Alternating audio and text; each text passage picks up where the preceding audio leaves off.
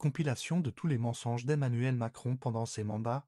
Spoiler, il y en a pas mal, à regarder jusqu'à la fin. Chaque fois que j'ai pris des engagements, j'ai essayé de les tenir. La confiance va se conquérir. Un ministère plein et entier des droits. Pour tous les ménages précaires, je porterai un investissement qui est l'audit gratuit pour tous les ménages qui vivent dans des passoires. Sortir du glyphosate le plus rapidement possible, sous 3 ans. Assurance chômage. L'objectif n'est pas du tout ni de diminuer le niveau, ni de réduire les durées. Là-dessus, je peux vous rassurer. Dans le quinquennat, nous devons fermer toutes les centrales à charbon qui existent encore dans le pays. Dans les 5 ans qui viennent, je garantis le maintien de tout. Il n'y aura pas de décalage de l'âge de départ. Je ne modifie pas l'âge de départ à la retraite. Je ne proposerai pas de modifier durant le quinquennat à venir l'âge de départ à la retraite. Je proposerai une réduction d'un tiers du nombre des membres des 3 assemblées constitutionnelles. Je me suis engagé à la couverture intégrale pour tous les Français en très haut débit, afin de parvenir à une couverture en haut et très haut débit d'ici la fin de l'année 2020. Changer notre mix électrique pour atteindre à horizon 2025 les 50%. Les ministres eux-mêmes doivent devenir comptables des actes accomplis dans leurs fonctions ordinaires.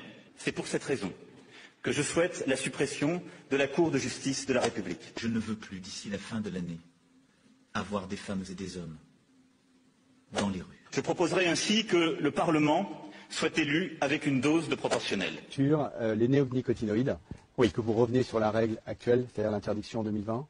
Non, je veux que d'ici 2022, on ait au moins 200 000 jeunes qui puissent bénéficier d'Erasmus. Nous proposons, dans les zones les plus en difficulté, diviser par 2 le nombre d'élèves par classe, et pas investir pour notre part en tant que candidat d'En Marche aux élections législatives, un candidat qui aurait un casier judiciaire, approcher le régime de retraite aujourd'hui qui par nos parlementaires avec le régime de retraite de droit commun. Je me suis attaché à simplement faire ce à quoi je m'étais engagé durant la campagne présidentielle. Alors j'annonce que si les Français me font confiance à nouveau, nous lancerons immédiatement un effort massif de purification de l'air dans nos écoles, nos hôpitaux, nos maisons de retraite et dans tous les bâtiments publics.